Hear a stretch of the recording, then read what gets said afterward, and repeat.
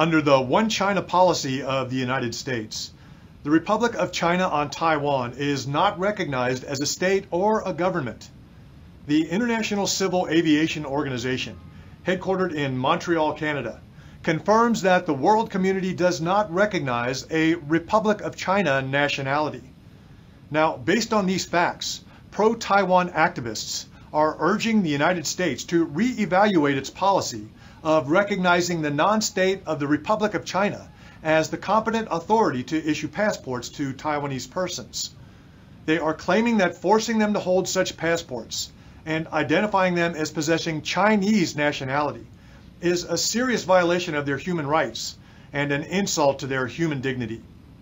Where are all of these arguments heading? What does the Taiwan Relations Act say?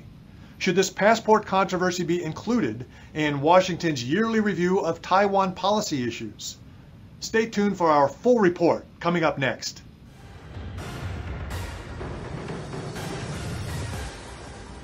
Recent protests on the streets of Taiwan have drawn international attention. Now, Taiwanese human rights advocates are taking their complaints to the U.S. executive branch.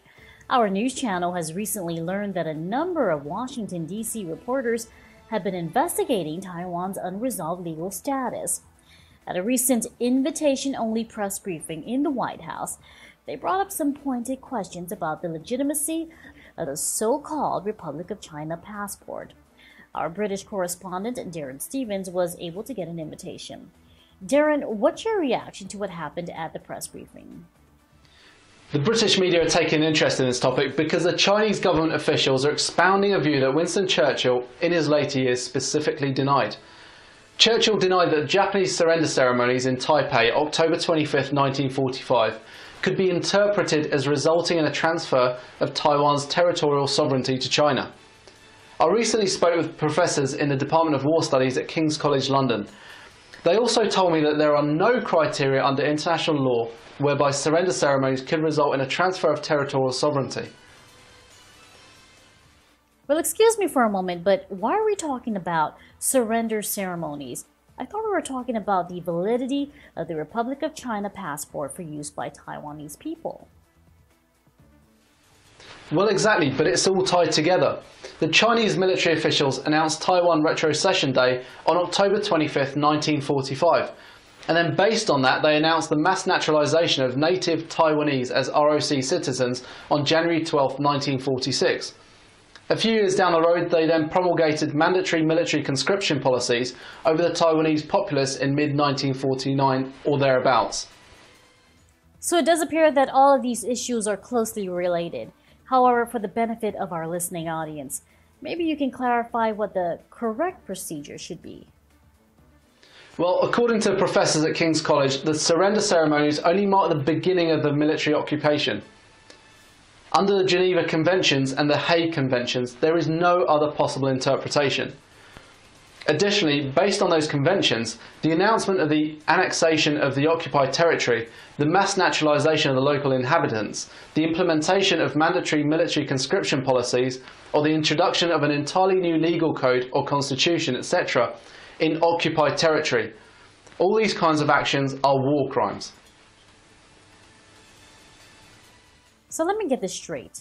The recognition of Taiwanese people as Republic of China citizens is based on an illegal military order by the ROC military officials in January 1946 in occupied Taiwan territory. Is that a correct statement of the legal situation? That sums it up pretty well. So, not surprisingly, more and more native Taiwanese people are contacting reporters in Washington, D.C. and demanding that they bring up these issues with US executive branch officials. We have some scenes from the press conference. Let's cut to those now.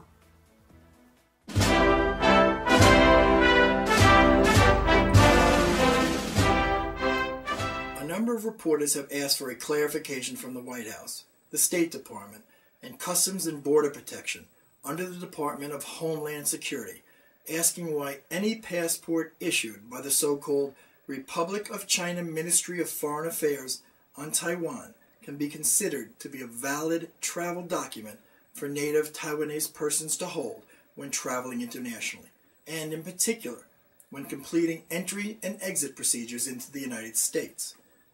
You have clarified this by further noting that under the One China policy of the United States, there is no Republic of China, and indeed the Taiwan Relations Act does not recognize the nomenclature of Republic of China.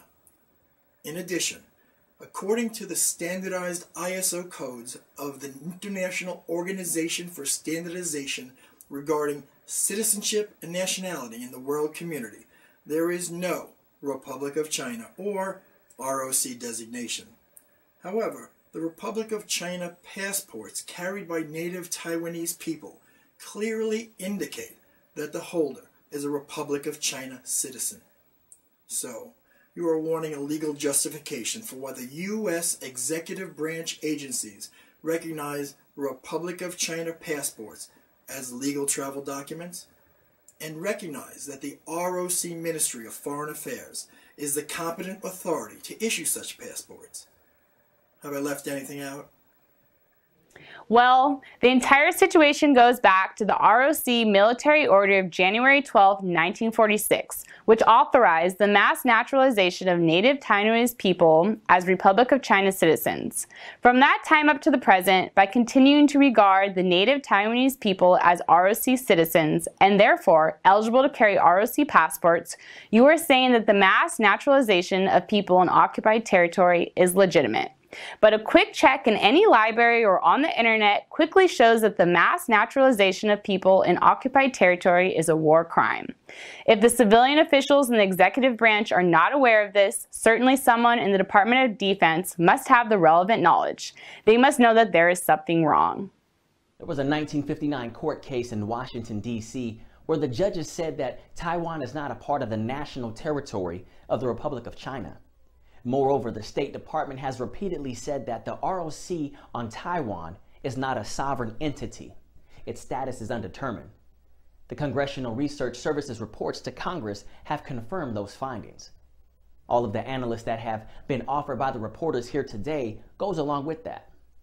What we are questioning is, under such a foreign policy framework, how can any U.S. government official maintain that the Republic of China regime on Taiwan has the legal authority to issue passports to native Taiwanese people, and to claim that these people have Chinese nationality, and to print that nationality designation on their passports for the native Taiwanese people in consideration that Taiwan is not a part of China? Such a nationality designation is certainly an insult to human dignity. Under the One China policy of the United States, there is no Republic of China. Additionally, under the Taiwan Relations Act, there is no Republic of China. Isn't that what the executive branch always says? How can a non-existent country issue passports? Under U.S. law, isn't that equivalent to conducting a massive counterfeiting operation? Counterfeiting is a serious crime under the U.S. law. Why isn't the Justice Department investigating this issue? Under the current passport arrangements, the human rights of the native Taiwanese people are certainly suffering. Well, standing on the podium here, I have to support U.S. government policy. If the executive branch wants to play both sides against the middle on this issue and ignore the human rights of the native Taiwanese people, then I guess that is their prerogative. I thought human rights and human dignity were central concerns of this administration. That is the standard line which we give to the press. Most reporters don't question it. What I have found is that, in my discussions with officials of the Department of Defense, State, Homeland Security, and of course here in the White House, there is a general sense of satisfaction with the government's current Taiwan policy, and what includes the subject of what passports or travel documents the Taiwanese people should be carrying. But speaking on behalf of all the reporters who have done research on these issues, we must say we are confused. The native Taiwanese people we have interviewed are confused. The legal experts with whom we have discussed these issues are confused. We are forced to come to the conclusion that the mathematics of the U.S. executive branch's Taiwan policy do not add up. I guess that depends on who is doing the mathematics. If you really think you have a valid complaint, maybe you can persuade the members of Congress to take up this topic when they have their next congressional hearing on Taiwan. I'm really not authorized to say any more on this topic. Moving along to the latest developments in North Korea.